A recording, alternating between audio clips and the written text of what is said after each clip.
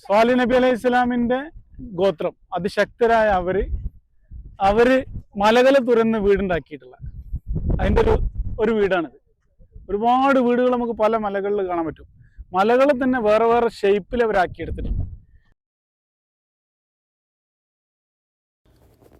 ഏകദേശം 5000 വർഷങ്ങൾക്ക് മുമ്പ് ഹിജ്ർ എന്ന് പറയുന്ന ഒരു പ്രദേശത്ത് ജീവിച്ചിരുന്ന ഒരു സമൂഹമായിരുന്നു സമൂദ് എന്ന് പറയുന്ന ഒരു ഗോത്രം. അവരിലേക്ക് അള്ളാഹു സുബ്ഹാനഹു വ തആല സ്വാലിഹ് നബി അലൈഹി സ്വലാം എന്നൊരു പ്രവാചകനെ നിശ്ചയിച്ചു. ആദ്യ സമൂഹത്തിന് ശേഷമാണ് ഈ സമൂഹത്തിൻ്റെ കാലഘട്ടം വരുന്നത്.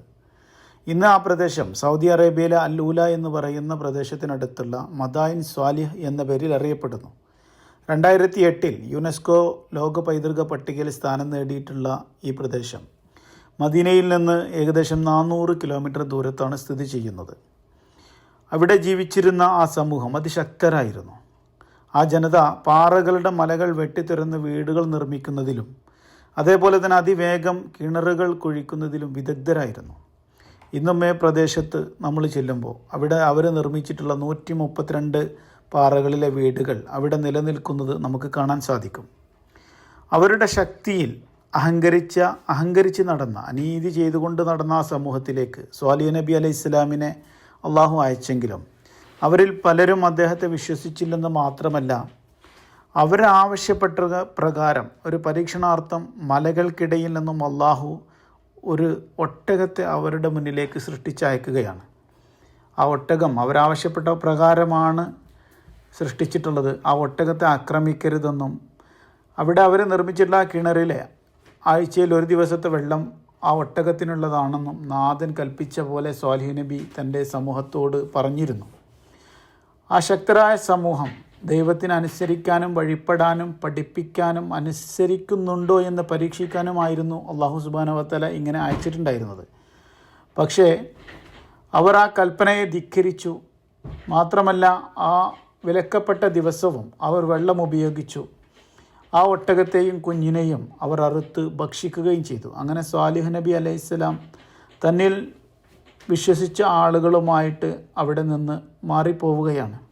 അവർ പുറപ്പെട്ട ശേഷം അവിടെ ബാക്കിയായ ആ ശക്തിയിൽ അഹങ്കരിച്ച് നടന്ന, ദൈവകൽപ്പന ധിക്കരിച്ച് നടന്ന ആ ശക്തരായ സമൂഹത്തെ അള്ളാഹു അതിശക്തമായൊരു ശബ്ദത്തിലൂടെ ശിക്ഷയിറക്കി ഇല്ലാതാക്കിയത് പരിശുദ്ധ ഖുർആനിലൂടെ പല വചനങ്ങളിലൂടെ അള്ളാഹു നമ്മെ പഠിപ്പിക്കുന്നുണ്ട്. പിന്നീട് കുറേ കാലങ്ങൾക്ക് ശേഷം മുഹമ്മദ് നബി സല്ലല്ലാഹു അലൈഹി വസല്ലമയുടെ കാലഘട്ടത്തിൽ തബൂക്കിലേക്ക് പ്രവാചകനും തൻ്റെ അനുയായികളും ഒരു സൈനിക മാർച്ച് നടത്തുമ്പോൾ ഈ ഹിജ്ർ പ്രദേശത്തിലൂടെയാണ് കടന്നു പോയിട്ടുണ്ടായിരുന്നത്. സഹാബത്തിനോട് ആ പ്രദേശത്തുള്ള കിണറുകളിൽ വെള്ളം ശേഖരിക്കുന്നത് പ്രവാചകൻ വിലക്കപ്പെട്ടിരുന്നു. എന്നിട്ട് സ്വാലിഹ് നബി അലൈഹിസ്സലാമിൻ്റെ ഒട്ടകം വെള്ളം കുടിച്ച കിണറിൽ നിന്ന് വെള്ളം കുടിക്കാൻ പ്രവാചകൻ കൽപ്പിച്ചിട്ടുമുണ്ടായിരുന്നു.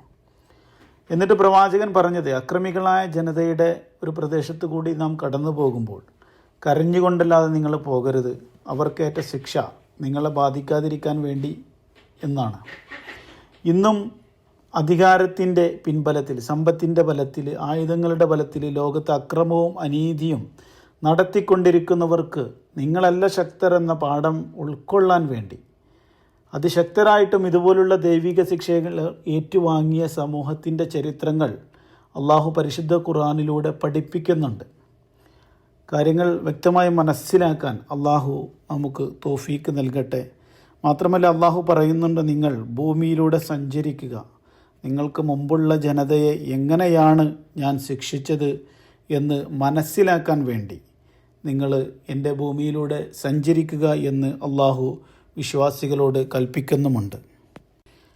ഇതെല്ലാം അള്ളാഹു ചരിത്രത്തിലൂടെ നമ്മെ പഠിപ്പിക്കുന്നത് ഇന്നും ജീവിച്ചിരിക്കുന്ന ശക്തിയിൽ അഹങ്കരിച്ചുകൊണ്ട്, അധികാരത്തിൽ അഹങ്കരിച്ചുകൊണ്ട്, സമ്പത്തിൻ്റെ ബലത്തിൽ അഹങ്കരിച്ചുകൊണ്ട്, ആയുധ ബലങ്ങളിൽ അഹങ്കരിച്ചുകൊണ്ട് അക്രമവും അനീതിയും നടത്തിക്കൊണ്ടിരിക്കുന്നവർക്കൊരു താക്കീതായിട്ടാണ്, ഒരു പാഠമായിട്ടാണ് എന്ന് നാം മനസ്സിലാക്കുക. കാര്യങ്ങൾ വ്യക്തമായി മനസ്സിലാക്കി മുന്നോട്ട് പോകാൻ നാഥൻ തുണക്കുമാറാവട്ടെ.